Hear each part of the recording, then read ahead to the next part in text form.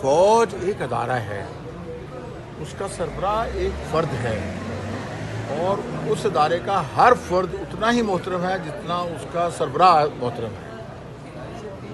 یہ فوج کی عزت کے لیے لازم ہے کہ اس کے ہر شخص کو، ہر جرنیل کو، ہر سپاہی کو، ہر کمانڈر کو اتنی ہی عزت دی جائے جتنی چیف آف آرمی اسٹاف کو، کہ ایک آدمی اپنا ٹینیور پورا کر چکا ہے، انجوائے کر چکا ہے، اس کو یہ حق نہیں پہنچتا کہ وہ جو باقی اس کے کولیگز ہیں، they are not the children of lesser God,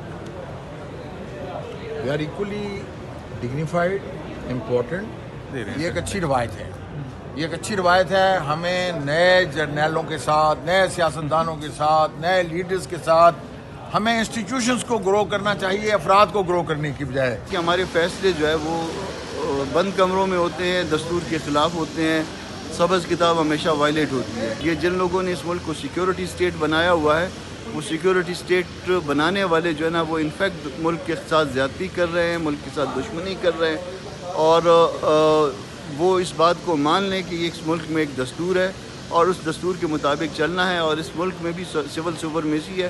جہاں پہ بھی ترقی ہوئی ہے سول سپرمیسی کے انڈر ہوئی ہے۔